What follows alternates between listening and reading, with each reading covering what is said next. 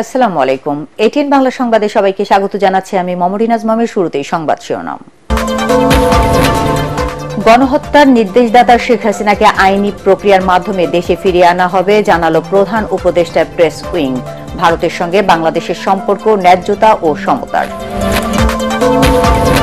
সীমান্তে অনুপ্রবেশ ঠেকাতে কঠোর নজরদারি বিজিবির, বললেন স্বরাষ্ট্র উপদেষ্টা। ভারতীয় আগ্রাসন মেনে নেবে না বিএনপি, ঢাকাস্থ হাই কমিশন অভিমুখে দলের ৩ সংগঠনের পদযাত্রা। বিএনপির ৩১ দফার সংস্কার প্রস্তাব জনগণের কাছে পৌঁছে দিতে হবে। নেতাকর্মীদের উদ্দেশ্যে তারেক রহমান, ব্যক্তি স্বার্থে ব্যর্থ হতে দেয়া যাবে না ১৫ বছরের ত্যাগ দিতে। শুনছিলেন সংবাদ শিরোনাম, এবার বিস্তারিত। জুলাই আগস্টে গণহত্যার প্রধান নির্দেশদাতা, গুম খুন অর্থ পাচারে জড়িত পতিত সরকারের সাবেক প্রধানমন্ত্রী শেখ হাসিনার বিচার করতে অঙ্গীকারবদ্ধ অন্তর্বর্তী সরকার। তাকে ফিরিয়ে আনতে যেসব প্রক্রিয়া অনুসরণ করা দরকার তা করা হচ্ছে বলে জানিয়েছেন প্রধান উপদেষ্টার প্রেস সচিব শফিকুল আলম। রাজধানীর ফরেন সার্ভিস একাডেমিতে সংবাদ সম্মেলনে তিনি আরও বলেন, ভারতের সঙ্গে বাংলাদেশের সম্পর্ক মর্যাদাপূর্ণ, ন্যায্যতা ও সমতার ভিত্তিতে হবে। আমরা শেখ হাসিনাকে দেশে ফিরিয়ে এনে আইনের সম্মুখীন করতে চাই। উনি জুলাই আগস্টে যে ১৫০০ করে মানুষের যে হত্যার মূল নির্দেশদাতা, তিনি কিছু সার্টেন লিগাল প্রসিডিউরটা করে তারপরে আপনি একজনকে এক্সট্রাডিশন যেতে পারেন। তো আমরা সেই প্রসিডিউরটা আমরা কমপ্লিট করছি। সেটা কমপ্লিট করার পরে আমরা ফর্মালি অ্যাপ্রোচ করব ইন্ডিয়াকে তাকে এক্সট্রাডিশন করার জন্য। ভারতের কেউ সীমান্তে অনুপ্রবেশের চেষ্টা করলে তা কঠোরভাবে দমন করবে বাংলাদেশ। এজন্য সতর্ক অবস্থানে রয়েছে বিজিবি। এমন হুঁশিয়ারি দিয়ে স্বরাষ্ট্র উপদেষ্টা জানিয়েছেন, দুদেশের সম্পর্ক উন্নয়নে সরকারি পর্যায়ে আলোচনা চলছে। সচিবালয়ে আইনশৃঙ্খলা পরিস্থিতি নিয়ে বৈঠক শেষে তিনি বলেন, 31st নাইট উপলক্ষে মদের বার বন্ধ থাকবে, নিষিদ্ধ থাকবে আতশবাজি এবং ফানুস ওড়ানো। রিপোর্ট মাহবুব কবির চপলের। বাংলাদেশ থাকবে না। 5 আগস্টের পর থেকে ভারতের মূল ধারার গণমাধ্যম বাংলাদেশের বিরুদ্ধে উস্কানিমূলক নানা খবর প্রচার করে আসছে। এমনকি বাংলাদেশ দখলের কথাও বলছেন কেউ কেউ। বাংলাদেশের এই চিকেন স্নেক অবরুদ্ধ করতে ভারতের সময় লাগবে 5 মিনিট।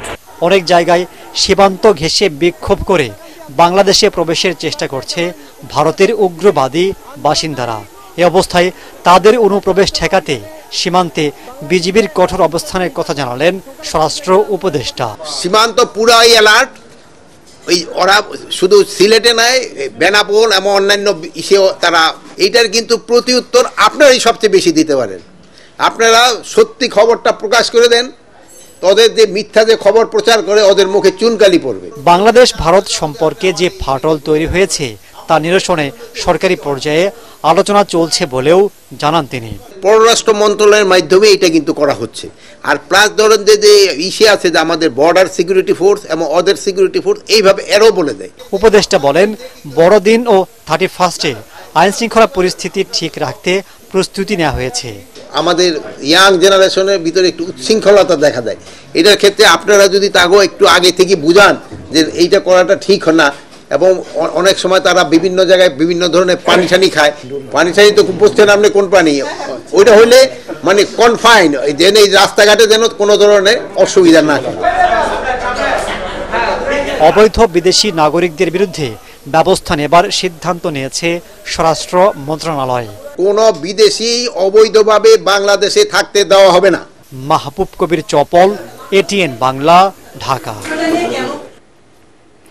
ঢাকায় ভারতীয় হাই কমিশন অভিমুখে পদযাত্রা করাচ্ছে বিএনপির 3 অঙ্গ সংগঠন, যুবদল, স্বেচ্ছাসেবক দল ও ছাত্র দলের নেতাকর্মীরা।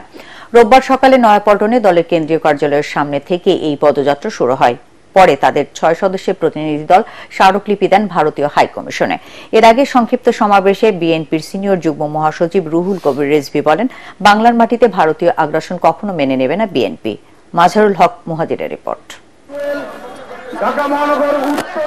রাজধানীর নয়াপল্টনে বিএনপির কেন্দ্রীয় কার্যালয়ের সামনে সকাল থেকেই হাজির বিএনপির 3 অঙ্গ সংগঠন, ছাত্রদল, যুবদল ও স্বেচ্ছাসেবক দলের নেতাকর্মীরা।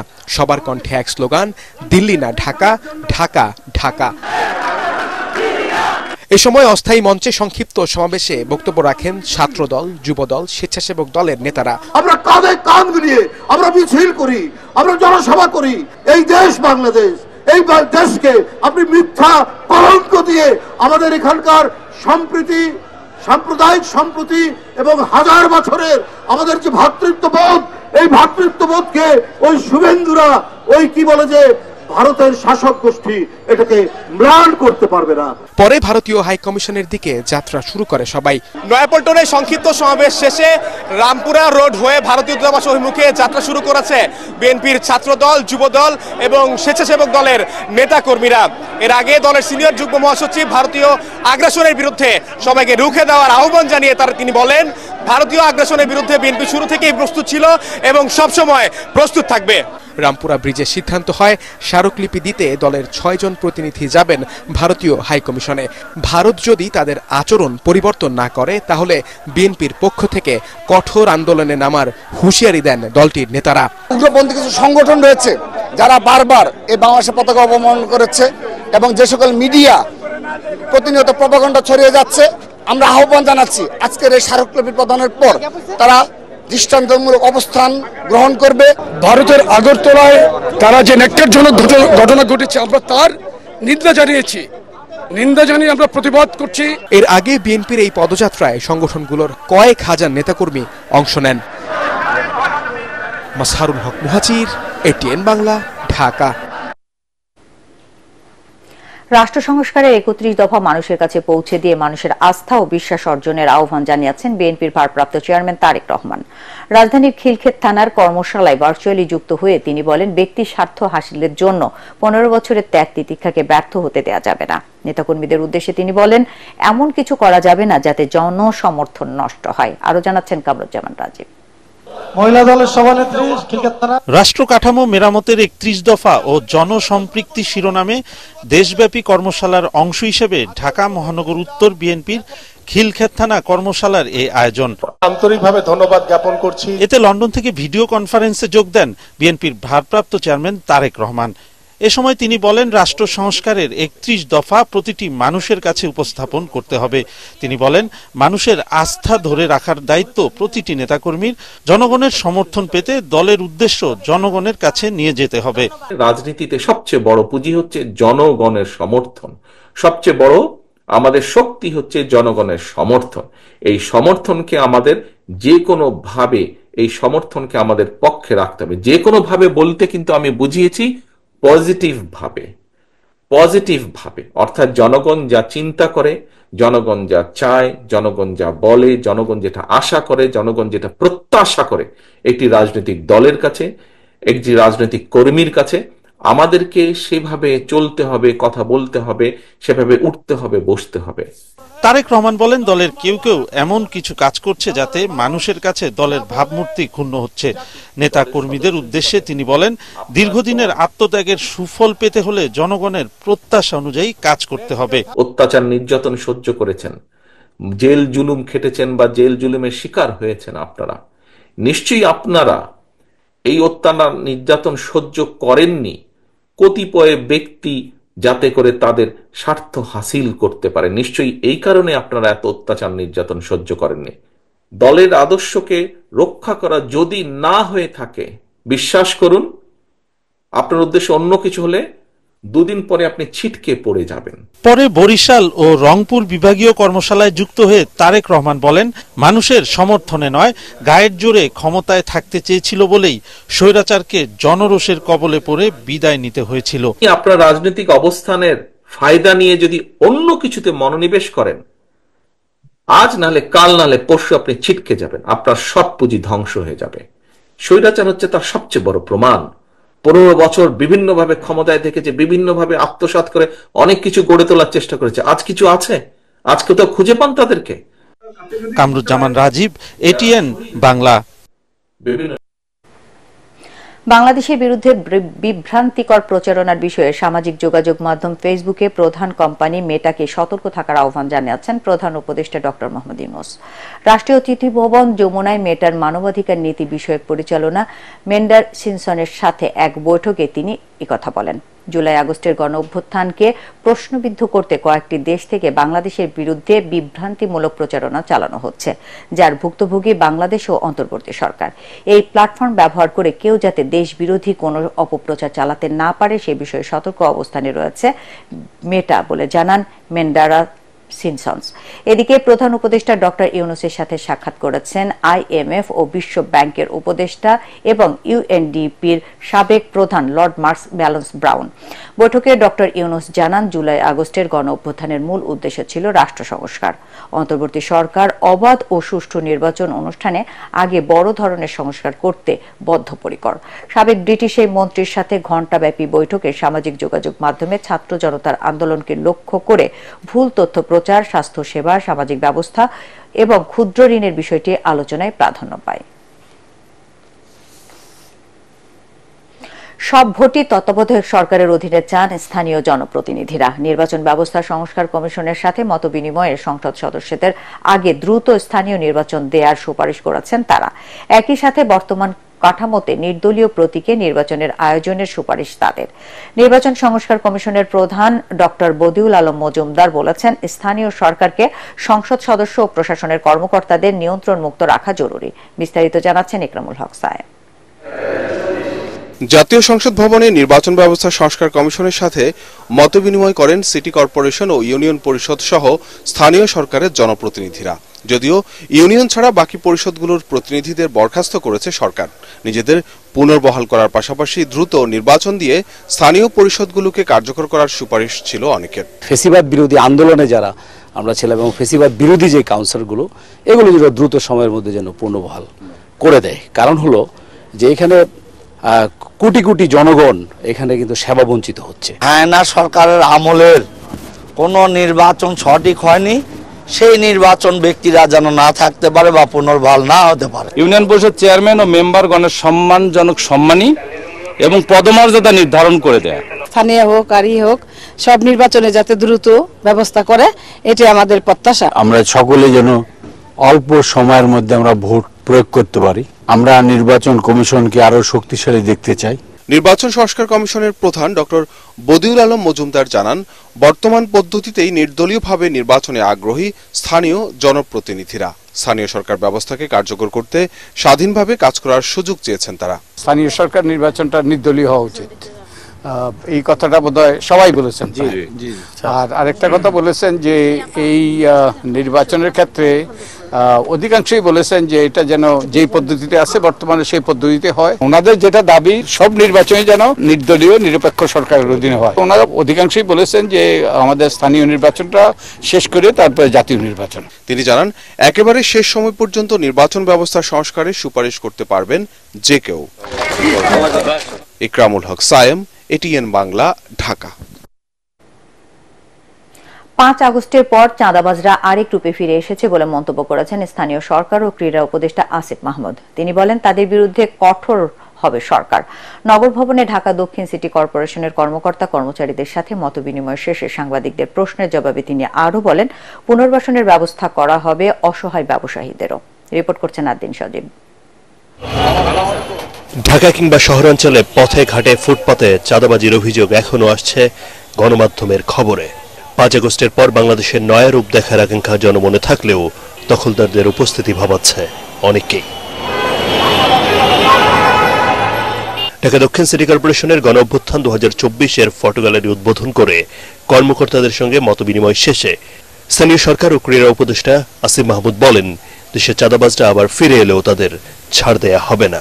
আমরা খুব দ্রুত সময়ের মধ্যে চাঁদাবাজি সহকারে এই ধরনের চাঁদাবাজি, দখলদারিত্ব এইগুলোর বিরুদ্ধে একটা অ্যাকশনে যাব এবং বেশিরভাগ রাস্তায় অর্ধেকের বেশি দখল হয়ে আছে, সেগুলো উচ্ছেদ করা এবং যথাযথ ব্যবস্থা করা। কারণ আপনারা জানেন যে যারা ফুটপাতে বিক্রি করে তারাও উপার্জনের জন্য, জীবিকা নির্বাহের জন্যই সেটা করে। তো তাদের জন্য কি ধরনের আসলে ব্যবস্থা নেওয়া যায়? খালবিল দখলমুক্ত এবং প্রবাহ ঠিক রাখতে ব্লু নেটওয়ার্কের কাজ চলছে জানিয়ে আসিফ মাহমুদ বলেন, 5 আগস্টের আগে নগরীর উন্নয়নে নেয়া প্রকল্পগুলোর যাচাই বাছাই করা হচ্ছে। অবৈধভাবে দখলকৃত সরকারের বিভিন্ন খাস জমি, বিশেষ করে খালগুলো দখল হয়েছে, সেগুলো পুনরুদ্ধারের জন্য এই বিষয়ে কঠোর পদক্ষেপ নেব। আমাদের কাছে অলরেডি অ্যাসেসমেন্টগুলো আমরা করছি যে কোথায় কোথায় এরকম জায়গা আছে। ডেঙ্গু পরিস্থিতিতে সিটি কর্পোরেশনের কর্মকর্তা কর্মচারীদের আরো দায়িত্বশীল ভূমিকা রাখারও তাগিদ দেন স্থানীয় সরকার উপদেষ্টা। ধন্যবাদ সবাইকে। আব্দিন সজীব, এটিএন বাংলা, ঢাকা। ভারত থেকে পণ্য আমদানি বন্ধ হলে বাংলাদেশের বাণিজ্যিক ক্ষতির আশঙ্কা নেই বলে জানিয়েছেন Centre for Policy Dialogue CPD নির্বাহী পরিচালক ডক্টর ফাহমিদা খাতুন। রাজধানীতে এক অনুষ্ঠানে তিনি বলেন, ভারত ছাড়া অন্য দেশ থেকেও পণ্য আমদানির বিশাল সুযোগ রয়েছে। এ সময় ভারতীয় গরুর উপর নির্ভরশীলতা কমানোর মতো অন্যান্য ক্ষেত্রেও বাংলাদেশ সফল হবে বলেও আশা প্রকাশ করেন ডিবেট ফর ডেমোক্রেসির চেয়ারম্যান হাসান আহমেদ চৌধুরী কিরণ। ইমদাদুল্লাহ বাবুর রিপোর্ট। দুর্নীতি প্রতিরোধে আর্থিক খাতে সুশাসনের অভাব নিয়ে আয়োজন করা হয় এই বিতর্ক প্রতিযোগিতা। না দিতে পারার কারণে তার ভর্তি বাতিল হবে। এতে বক্তারা অভিযোগ করেন 14 বছরে 16 বিলিয়ন মার্কিন ডলার বিদেশে পাচার করে দেশের অর্থনীতি ফোকলা করে দেয় বিগত সরকার। ব্যাংকার্স অ্যাসোসিয়েশন হোটেলে বসে যে সিদ্ধান্ত নিত, বাংলাদেশ ব্যাংক সেই সিদ্ধান্তকে, সেই সুদহারকে, সেই ডলারের দামকে কিন্তু তারা মেনে নিত। আমি মনে করি এই যে বাংলাদেশ ব্যাংকের যে নীতিগত ভুল ছিল, সেই নীতিগত ভুল শুধরানোর জন্য আমাদের বর্তমান যে গভর্নর রয়েছে, বর্তমান যে উপদেষ্টা রয়েছেন, তারা অত্যন্ত চ্যালেঞ্জের সাথে কাজ করেছেন। ব্যাংকগুলো রাজনৈতিক বিবেচনা দেওয়া হচ্ছে, লুটপাট করার জন্য দেখা হয়েছে, পারিবারিক ব্যাংক হিসেবে সেখানে তৈরি করে দেওয়া হয়েছে। আমরা সেই লুটপাট বন্ধ করার জন্য আমরা চাই। যখন মূল্যস্ফীতি 9.5%, 10% পৌঁছে যায়, তখনও আমরা কিন্তু এই সুদের হারটাকে ধরে রেখেছিলাম ব্যবসায়ী গোষ্ঠীকে স্বস্তি দেওয়ার জন্য, কিন্তু অন্যদিকে সাধারণ মানুষ সেটার ভোগান্তির শিকার হচ্ছিল। এ সময় ভারতের সাথে চলমান বাণিজ্য উত্তেজনা প্রসঙ্গে আলোচকরা বলেন, দেশটির সাথে বাণিজ্য ঘাটতি অন্তত 10 বিলিয়ন মার্কিন ডলার। ভারতের সাথে আমাদের বন্ধুত্বপূর্ণ সম্পর্ক অবশ্যই থাকবে। যদি কোন রকম কোনো বাণিজ্যিক টানাপোড়েন আমাদের তৈরি হয়ে থাকে, আমরা নিজেরা স্বাবলম্বী হব। একটা সময় কিন্তু আমরা কোরবানির গরুর জন্য নির্ভরশীল ছিলাম, এখন আমরা খুব অতিরিক্ত গরু আমরা উৎপাদন করতে পারি। পেঁয়াজ, আলু, সুতা এগুলো যদি আমাদেরকে আমদানি বন্ধ করে দেওয়া, আমদানি করা সম্ভব নয়, মনে করি আমরা সংসম্পন্ন হয়ে যাই। সংকীর্ণ হবার কোনো কারণ নাই। যারা আমাদেরকে ক্ষতিগ্রস্ত করার চেষ্টা করছে, তারাই কিন্তু হু হু করে তাদের যে প্রোডাক্টগুলি আমাদের কাছে বিক্রি করার চেষ্টা করে। বাণিজ্যের ক্ষেত্রে আমাদের ভারতের সাথে ট্রেড ডেফিসিট আছে। ভারতই আমাদের কাছে বেশি রপ্তানি করছে আমরা যতটা করছি। সুতরাং আমরা বাংলাদেশ ক্ষতিগ্রস্ত আমি আর্থিকভাবে বলবো না, হয়তো সাময়িক কিছু পণ্য আনার ক্ষেত্রে আমাদের অন্য বাজারে যেতে হবে। যে পরিমাণ অর্থ বিদেশে পাচার হয়েছে তা ফেরানো কঠিন জানিয়ে এই অপরাধ বন্ধে আলাদা ট্রাইব্যুনাল করে পাচারকারীদের কঠোর শাস্তি দেওয়ার পরামর্শ দেন অতিথিরা। ইমদাদুল্লাহ বাবু, এটিএন বাংলা, ঢাকা। টানা দ্বিতীয়বার এশিয়া কাপ অনূর্ধ্ব 19 ক্রিকেটে চ্যাম্পিয়ন হয়ে ভারতের শ্রেষ্ঠত্বে হানা দিল বাংলাদেশ। দুবাইয়ে রোমাঞ্চকর ফাইনালে 8 বারের চ্যাম্পিয়ন ভারতকে 59 রানে পরাজিত করে বাংলাদেশের তরুণরা। টস হেরে ব্যাটিংয়ে নেমে মাত্র 198 রানে থামে বাংলাদেশ। জবাবে 88 বল বাকি থাকতেই ভারতকে অল আউট করে শিরোপা জিতে নেন আজিজুল হাকিম তামিমের দল। ফাইনাল ও টুর্নামেন্টের সেরা বাংলাদেশের পেসার ইকবাল হোসেন ইমন। অভিনন্দন জানিয়েছেন প্রধান উপদেষ্টা ডক্টর মোহাম্মদ ইউনূস, ক্রীড়া উপদেষ্টা আসিফ মাহমুদ ও বিএনপির ভারপ্রাপ্ত চেয়ারম্যান তারেক রহমান। পরাগারমানের রিপোর্ট। বড় ম্যাচের চাপ সামলাতে ব্যর্থ ভারতের যুবারা। 8 বারের চ্যাম্পিয়ন সেই ভারতকে কাটিয়ে টানা দ্বিতীয়বার এসিসি কাপ যুব ক্রিকেটের শিরোপা জিতল বাংলাদেশ।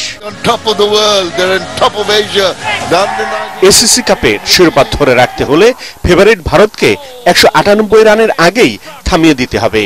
লো স্কোরিং ম্যাচে নতুন উদ্যমে জেগে উঠল আজিজুল হাকিমের দল। 44 রানের সাজ করে ভারতের আয়ুষ, বৈভব ও সিদ্ধার্থ। এরপর ভারত যুব দলের উপর দিয়ে ইকবাল হোসেন ইমন ঝড় বইয়ে দেন। একে একে তুলে নেন কার্তিকেয়, নিখিল কুমার ও হারভানেশকে। তাতে 81 রানে 6 উইকেট হারিয়ে ব্যাকফুটে ভারত। অন্য পেসার আল ফরহাদ কিরণের উইকেট তুলে নিলে 100 রানের আগেই 7 উইকেট হারিয়ে বিপর্যয়ে ভারত। তখনই জয়ের সুবাস পেতে থাকে বাংলাদেশ। ভারতের পরের ব্যাটাররা শুধুমাত্র পরাজয়ের ব্যবধানটাই কমাতে পারেন। টেস্টে অস্ট্রেলিয়ার কাছে হার, নারী ক্রিকেটে অজিদের কাছে পরাজয়, তারপর যুব ক্রিকেটে বাংলাদেশের কাছেও হার। নিশ্চয়ই এমন রোববার ভুলে যেতে চাইবে ভারত।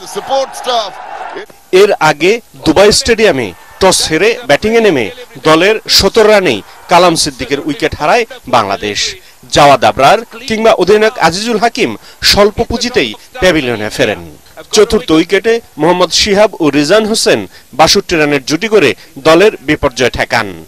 শিহাব ৪০ এবং রিজান ৪৭ রানে বিদায় নিলে লাল সবুজের তরুণরা আবারও খেই হারায়। কঠিন পরিস্থিতিতে দলকে আগলে রাখেন ফরিদ হাসান। তার ৩৯ রানের ইনিংসে ১৯৮ রানের পুঁজি পায় বাংলাদেশ। পরে অবশ্য ভারতকে হারানোর জন্য এই রানই যথেষ্ট বলে প্রমাণ করেন ইয়াং টাইগার্স বোলাররা। পরাগ আরমান, এটিএন বাংলা। অন্তর্বর্তী সরকারের কাছে ৭ দফা দাবি জানিয়েছে ইউরোপ প্রবাসীদের সংগঠন all European Bangladesh association Ayra. সংগঠনের এক যুগ পূর্তিতে আয়োজিত অনুষ্ঠানে এসব দাবি তুলে ধরা হয়। এর মধ্যে ইউরোপীয় ইউনিয়নভুক্ত সকল দেশের ভিসা ঢাকা থেকে প্রাপ্তি সহজীকরণ, দূতাবাস ও কনসুলেট দালাল মুক্ত করে সেবার মান নিশ্চিতকরণ, জাতীয় পরিচয়পত্র প্রদান সহ অনলাইনে ভোট দেওয়ার ব্যবস্থা, জাতীয় সংসদে প্রবাসীদের আসন বরাদ্দ, প্রবাসী কল্যাণ ও বৈদেশিক কর্মসংস্থান মন্ত্রণালয়ে প্রবাসীদের প্রতিনিধিত্ব সহ ৭টি দাবি জানায় তারা। ডক্টর জয়নুল আবেদিনের সভাপতিত্বে কাজী এনায়েতুল্লাহর পরিচালনায় অনুষ্ঠানে উপস্থিত ছিলেন ফখরুল আকম সেলিম, আহমেদ ফিরোজ সহ সংশ্লিষ্টরা। এবার জানাবো পার্টেক্স খেলার খবর।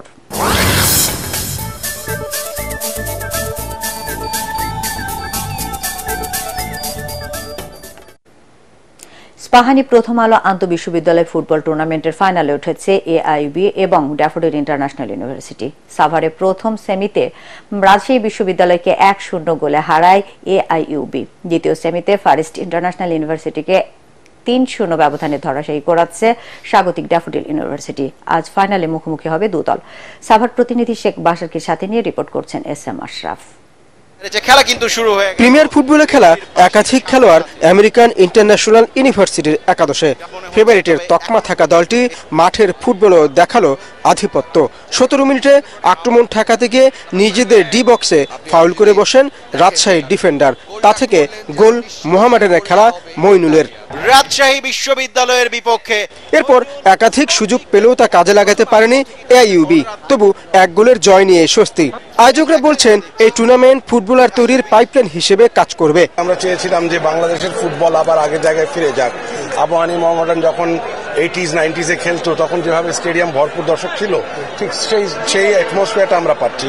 ডেফিনেটলি আমরা থাকবো। আর মূল বিষয়টা, মূল উদ্দেশ্য হচ্ছে যে বাংলাদেশের মৃত ফুটবলটাকে আবার একটু জাগিয়ে তোলা। তো ইস্পাহানি এরকম ম্যাচ আরো আয়োজন করবে ইউনিভার্সিটি লেভেলে, অবশ্যই আমরাও আশা করছি। দ্বিতীয় সেমিতে ফার ইস্টের বিপক্ষে ১০ মিনিটেই গোল আদায় করে নেয় ড্যাফোডিলের রাজীব। ৩২ মিনিটে মাহবুবুর রহমান জুয়েলের গোলে ব্যবধান ২-০ করে ফাইনালের পথে এগিয়ে যায় দলটি। এরপর ম্যাচের অন্তিম মুহূর্তে আরও ১ গোলে ড্যাফোডিলের জয় নিশ্চিত করেন জুয়েল। শেষ গোলের পর মাঠে আর খেলোয়াড় খুঁজে পাওয়া যায়নি। উৎসব করতে দখল করে নেন ড্যাফোডিলের শিক্ষার্থীরা। এস.এম. আশরাফ, এটিএন বাংলা। শেষ করার আগে সংবাদ শিরোনাম আরেকবার। গণহত্যার নির্দেশদাতা শেখ হাসিনাকে আইনি প্রক্রিয়ার মাধ্যমে দেশে ফিরিয়ে আনা হবে, জানালো প্রধান উপদেষ্টা প্রেস উইং। ভারতের সঙ্গে বাংলাদেশের সম্পর্ক ন্যায্যতা ও সমতার।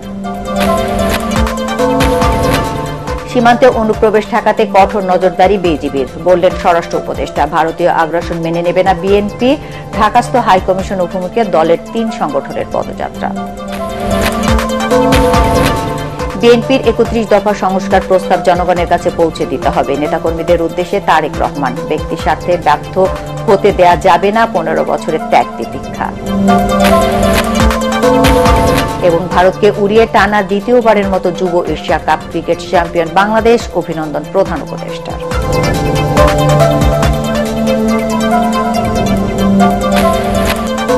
দর্শক, পরবর্তী সংবাদ দেখার আমন্ত্রণ জানিয়ে এখনকার মতো শেষ করছি। এটিএন বাংলা সংবাদ ইউটিউবে দেখতে ব্রাউজ করুন youtube/ATN Bangla News। ধন্যবাদ সবাইকে।